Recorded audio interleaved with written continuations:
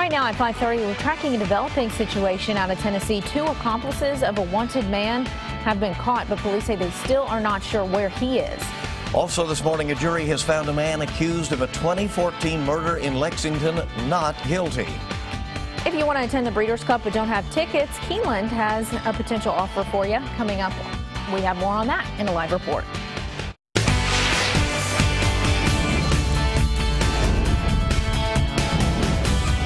This is WKYT This Morning.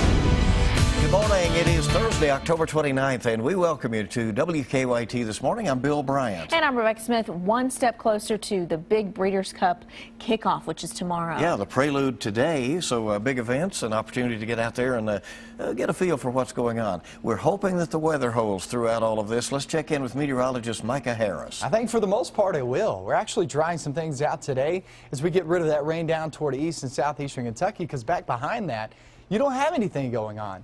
And then walking in this morning, we have partly cloudy skies. Now we're starting to clear some things on out as that cooler, drier air filters on in. Look at the temperature swing from north to south. Frankfort, Owenton, Harmony, go back towards Shelbyville. You guys in the 40s. Down toward the south, you guys in the upper 50s, lower 60s. It kind of depends on where you are.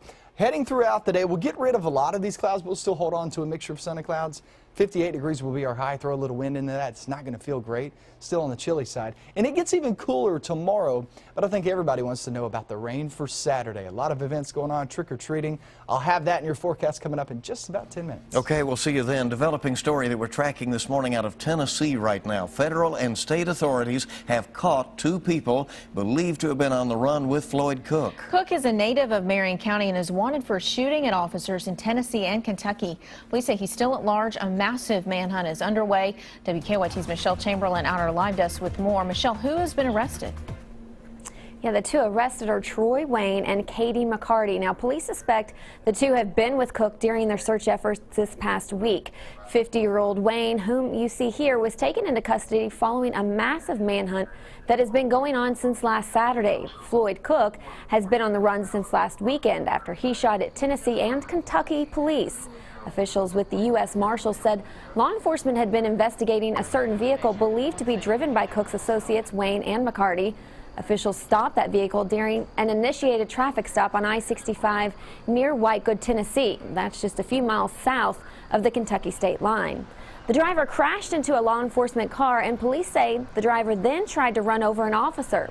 That officer fired shots in self-defense. The suspects drove off and a foot pursuit began. Officers eventually were able to capture 35-year-old McCarty, who has a criminal past, including an existing warrant out for her arrest for attempted murder. Wayne was later located and taken into custody. Floyd Cook, however, is still on the run. It is a possibility that he could be in the area, but we just want everybody to understand that he is dangerous. He is armed to our last known information that we had on him, and that he has already proven to be extremely dangerous.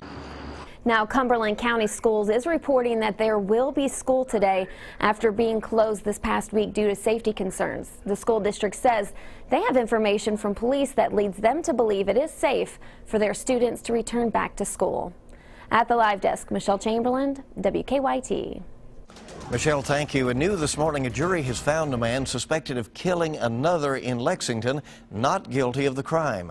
Late last night, the jury found Jeffrey Charles Morris not guilty of murder in the shooting death of Anthony Carter. That's according to our partners at the Herald Leader. The jury deliberated for 4.5 hours. A witness testified that Morris was in Louisville at the time of the murder.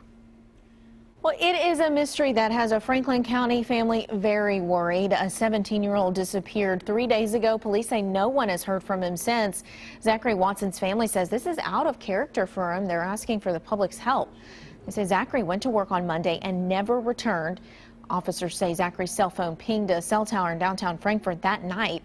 There has not been any activity since. His family tells us they do not care what happened. They just want Zachary home safe. He's never threatened to leave. None of it. Like, I would have never dreamed this. Don't be scared to go home. You're not going to be in trouble. We just want you home safe. Watson was last seen wearing a long-sleeve light blue YMCA shirt with blue jeans. Frankfort police also asking for help finding him. They say they do not consider Zachary to be a runaway. A Knox County couple is facing charges after police say they abused their 5-month-old baby. State police have charged 24-year-old Kenneth Hooker and 21-year-old Jessica Hooker with first-degree criminal abuse. They say that Jessica took the baby to the Knox County Health Department to get WIC benefits. But police say social workers noticed the child had severe rashes and told Jessica to take her to the hospital. Doctors say the child only weighed about 7 pounds. They also say she had not received any medical care in around 4 months. Police in Tennessee have issued an Amber Alert for a missing 2-year-old girl. They are looking for 2-year-old Brooklyn Enix of Knoxville. They say her father, Tyler Enix, abducted her. Police have issued an Amber Alert after finding Brooklyn's mother dead yesterday in a Knoxville home. They think Tyler and the child could be in a 2011 black Impala with a Tennessee license plate. New this morning, a chemical spill at the Louisville Police Department hospitalized 5 people. Yesterday afternoon, employees were carrying a box of anhydrous ammonia. The contents spilled when the box fell. The smell evacuated the building. Police say the people injured expected to be okay. The building was decontaminated. There's no word on if the ammonia was evidence or being used for some other purpose. If you want to attend the Breeders' Cup in Lexington, but you can't get tickets, apparently you're not alone. Well, and here's a chance to get a feel for things. Today, Keeneland is giving you the opportunity to get a prelude of the Breeders' Cup. And WKYT's Mark Barber is joining us live from Keeneland with a look at today's races. Hey, Mark. Good morning, Bill. We are finally here. It is the day before the Breeders' Cup World Championships, and it's called Prelude to the Cup. It's supposed to give you a little taste of what's to come the next 2 days. Now today, that means you'll get a chance to see contenders like Triple Crown winner American Pharoah working out on the track. Now the good news, great news in fact, is unlike the sold-out Breeders' Cup, there are still tickets available for this Prelude. There will be 9 races at Keeneland this afternoon, the highlight being the $100,000 Lafayette Stakes. After those races, you can get another look at the Breeders' Cup contenders in the paddock. Parking and transportation will operate today, just like it will for the Breeders' Cup. Shuttles will be running fans to Keeneland from the Horse Park and Rupp Arena. And for today only, fans can also park on the hill for $5, which of course is a designated tailgating area. Now, if you are heading to the track, you can expect things to operate a little differently than Keeneland's typical fall meet, because after all, this is one of the most distinguished thoroughbred racing events in the world. As you would expect, the Breeders' Cup will have an enormous impact on Lexington. It's expected to bring in about $65 million to the city. Now, of course, the unofficial start for the Breeders' Cup World Championships is getting kicked off in just a couple hours here. The gates will open at 11 a.m. and the first post is at 12:30. Live in Lexington, Mark Barber, WKYT. Okay, should be fun. Thank you. New this morning, Hazard city officials have rejected an owner's new plan for a historic building that was damaged by a fire there last month. On September 1st, the old Grand Hotel building in downtown Hazard caught fire. A restaurant and several businesses were destroyed and dozens were left homeless. The owner of the building, Brian Carter, submitted a new plan for the building, but city officials say it does not meet their standards. Both sides say legal action is possible, but not ideal. It's looking more likely that Congressman Paul Ryan will be the next Speaker of the U.S. House. His Republican colleagues overwhelmingly nominated him to become the next Speaker. Kentucky's 6th District Congressman Andy Barr says he hopes that Ryan will be a unifying Speaker. I think this is a very refreshing opportunity for the Congress to take a step forward and deliver solutions to the American people that they deserve. The entire House, Democrats and Republicans, will vote on Ryan's nomination today. The third Republican presidential debate is in the books. The 2-hour event focused on the economy, jobs, and taxes. Afterwards, each candidate had their own ideas and descriptions of what took place on the stage.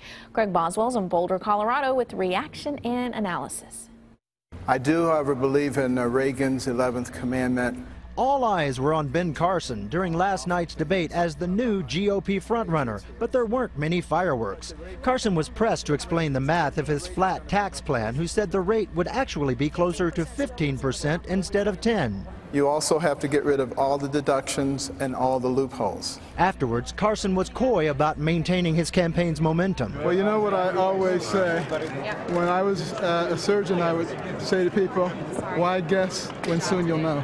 Donald Trump came to cameras insisting his campaign is not losing steam, now in second place in the latest CBS News New York Times poll. I'm going to win the Hispanic vote. Trump, who was quiet for a long stretch of the debate, continued to take issue with some of the questions. Well, I think it was very unfair. I mean, it's become very unfair. Jeb Bush, who attacked fellow Floridian Marco Rubio, insisted to me he is not frustrated with the tone of the campaign and his sluggish poll numbers. No, I'm not frustrated. No, not at all. I'm not frustrated. I wasn't frustrated over the weekend either.